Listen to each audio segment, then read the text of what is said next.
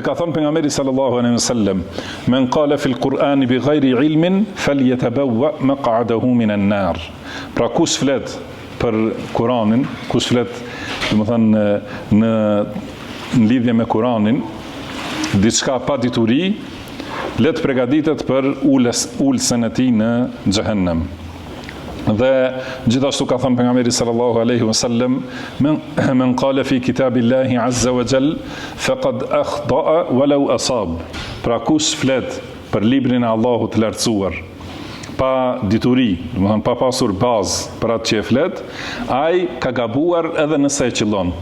Domethënë edhe nëse ndonjëherë njeriu flet, ka mundësi edhe e qëllon të vërtetën, por rruga e tij është gabim. Edhe ka mëkat që ka folur pa dituri dhe ka përgjithësi dhe është në rrugën e devijimit, edhe nëse e ka qëllu të vërtetën, që është e kundërta me atë që flet me dituri të pastër dhe me synim të pastër, me dituri të plot, domethënë, ose me dituri të thellë dhe me qëllim të pastër.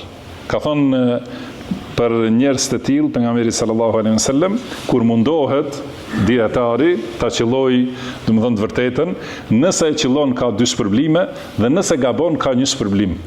Do thotë gabimi ndodh te secili njeri. Edhe te dietarët më të mëdhenj ka mundësi që të gabojnë.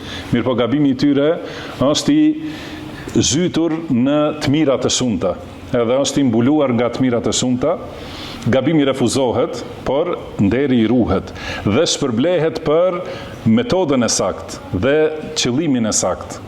Dhe domethënë prandaj ai është në rrugën e udhëzimit edhe pse ka gabuar dikun. Kurse ai që flet pa dituri është në rrugën e devijimit, edhe nëse e qëllon. Prandaj nuk shpërblehet për atë që ka qëlluar, por dënohet për rrugën e gabuar. Kurse dietari shpërblehet për rrugën e saktë dhe gabimi i falet. Domethënë nëse e qëllon ka dy shpërblime, nëse gabon ka një shpërblim.